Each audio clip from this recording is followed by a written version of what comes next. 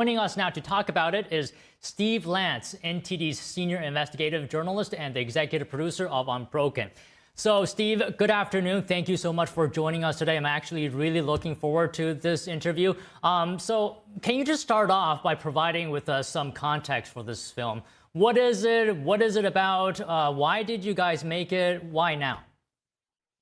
Yeah, thanks so much for having me on your program, Don. And so, as some of the viewers might have seen, whether in their cities or through different reports on NTD, Shen Yun Performing Arts, it's a classical Chinese dance company with a tagline, China before communism. And what comes along with presenting such things is a lot of interference, a lot of transnational repression, and you really become the ire of the Chinese Communist Party. And this group has been a victim of a transnational repression campaign that has morphed into a sophisticated covert influence campaign stemming from Beijing, where they've managed to make their way into the United States. And really, you know, what we've found and what we've uncovered in this film and really put the pieces together, they have been able to manipulate some of America's most trusted and prized institutions, and in some cases, federal agencies. Unwittingly, I will say, with the federal agencies, maybe not so much on some of the media companies that have been carrying water for Beijing, particularly the New York Times. So you're talking about the CCP's transnational repression influence campaigns. So talk to us about your experience then, working with Shen Yun. What are the people in Shen Yun like? Well, that's a great question, and it was sort of one of the most eye-opening experiences for me. You know, I've actually seen the performance before, so I knew what they were presenting on stage was, you know, traditional Chinese culture, just really perfection in terms of the artistry. But after we started to ask Shen Yun for access, and we were granted access behind the scenes, you could see some of the B-roll there on screen. We're able to go backstage, watch their process, watch them, you know, perform, and really get a sense of what it's like for these. They're really like Olympians, these athletes, and they're just the level of discipline that goes into what you finally see on stage was really spectacular from an audience member standpoint, to kind of get that exclusive behind the scenes look at what it takes to be able to present something on stage. And, you know, as I mentioned, we were fortunate enough as we started to ask, you know, could we see where you guys train, where the dancers study?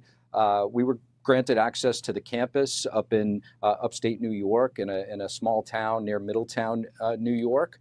And I have to say, the grounds there, the traditional Tang Dynasty temple grounds and some of the facilities, which were state-of-the-art, were really spectacular for us. It was quite unexpected and, you know, a really pleasant experience.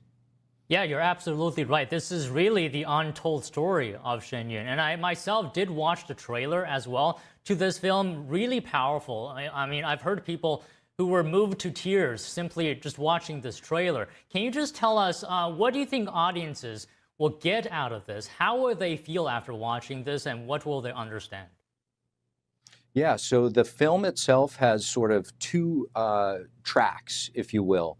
One is the one where we follow a few of the Shen Yun dancers. Particularly, there's two brothers that are lead dancers, primary dancers in Shen Yun Performing Arts. And you'll be able to experience Shen Yun through their eyes, through their experience, you know, waking up early and training, and, you know, some of the bittersweet moments of wrapping up a long, grueling 6-month tour and meeting with their parents overseas. They travel a lot, Australia, Taiwan, and it really gives you a very rare glimpse into the life of a Shen Yun dancer. The other track is the unfortunate story, which is the investigative part, where sort of my role comes in, and we start to explore some of the connections to some media reports that have started about a year and a half, 2 years ago from the New York Times.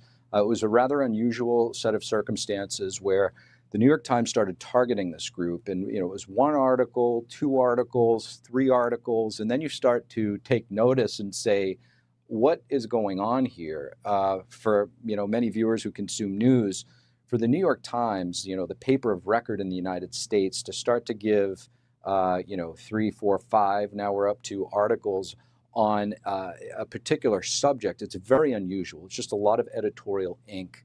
And so that's when we started asking around some of the reports that they were talking about abuse and different things. So we started to call Shen Yun, and we wanted to speak to the people that are there and experience it for ourselves. And that's when the investigation really kicked off. And we were able to sort of look at a lot of the New York Times reporting and see that there were a lot of flaws in their reporting.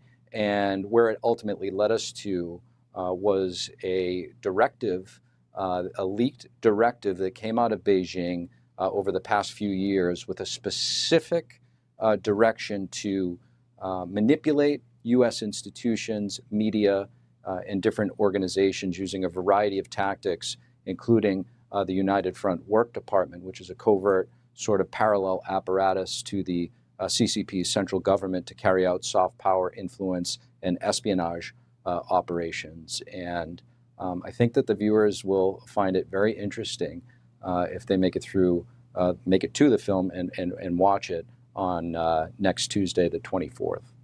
Okay, there's one thing, Steve, maybe you can clarify for some of our viewers who may not understand, some of them. Why is the CCP, through its influence operations, transnational repression, targeting a dance group? When you think about influence operations, you think maybe military bases, technology, but this is a dance show. Yeah, that's another great question, Don. It doesn't make much sense on the surface, and it sort of goes back into the story of Shen Yun, the founding of Shen Yun. And if you look at that tagline, of course, China before communism, that tells a bit of a story too as to why they might not be pleased. But Shen Yun was founded, I want to say around 2006, and it had a mission to restore traditional Chinese culture. And at the same time, it was founded by a group of folks who practiced the meditation discipline called Falun Dafa or Falun Gong. And the story is really in their faith, because ultimately that is what is being attacked here. And Falun Gong, as many of the viewers may have heard of, was introduced in 1992 inside of China.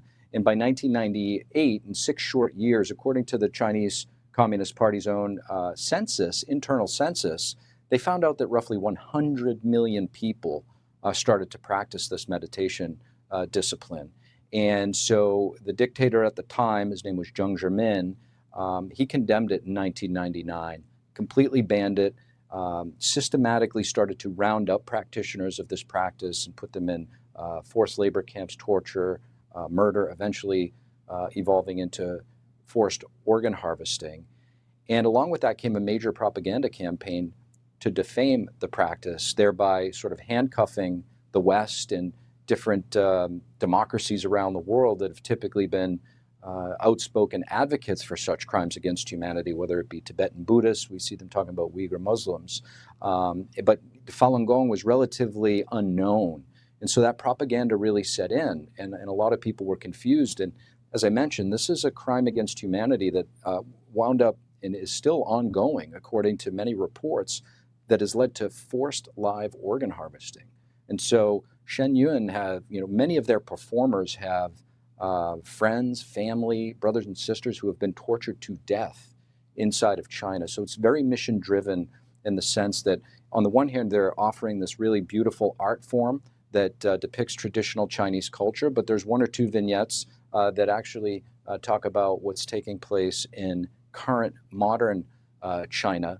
And some of those things don't really look great for the Chinese Communist Party. So you might expect that they are not big fans of Shen Yun, unfortunately. And certain pieces in Shen Yun actually depict this horrendous practice of forced organ harvesting in China, which some of our guests have called just diabolical.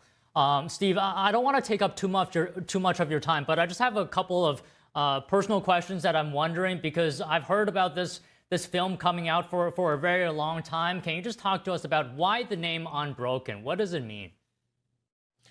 Yeah, well, if you watch the film, you'll know why it's called Unbroken. And when you are faced with your families being persecuted, relentless, as we mentioned at the top of the interview, transnational repression attacks by the CCP. We're talking in the United States. Transnational repression means a state actor, China, acting on United States soil to persecute you.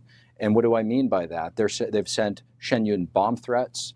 The MC, his name's Lishai Lamish, you'll see him in the documentary, personally receiving death threats. Same with some of the other characters, Levi Browdy, father to the two boys that you see on the screen there.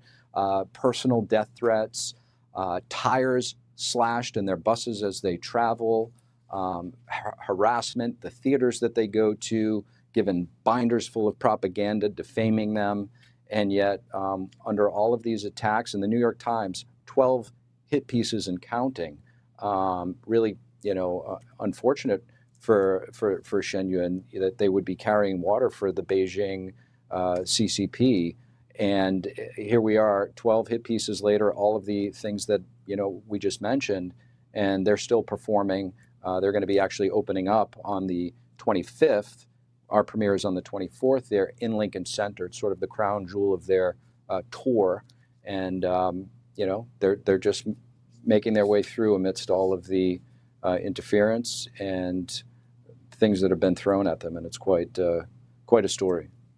Yeah, that's just incredible. Just one final question, really quick. What's the easiest way? How can our viewers see this movie?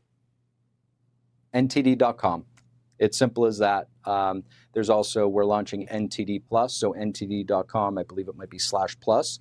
But if you go to NTD.com on the 24th at 7 p.m., you should be able to watch it. And there will be a little bit of a special coverage before, during, and then we're going to have a special Q&A with many of the dancers. There's going to be a red carpet event, and many of the dancers and some of the folks in the film are going to be joining us for a question and answer session after the premiere. So stay tuned for that.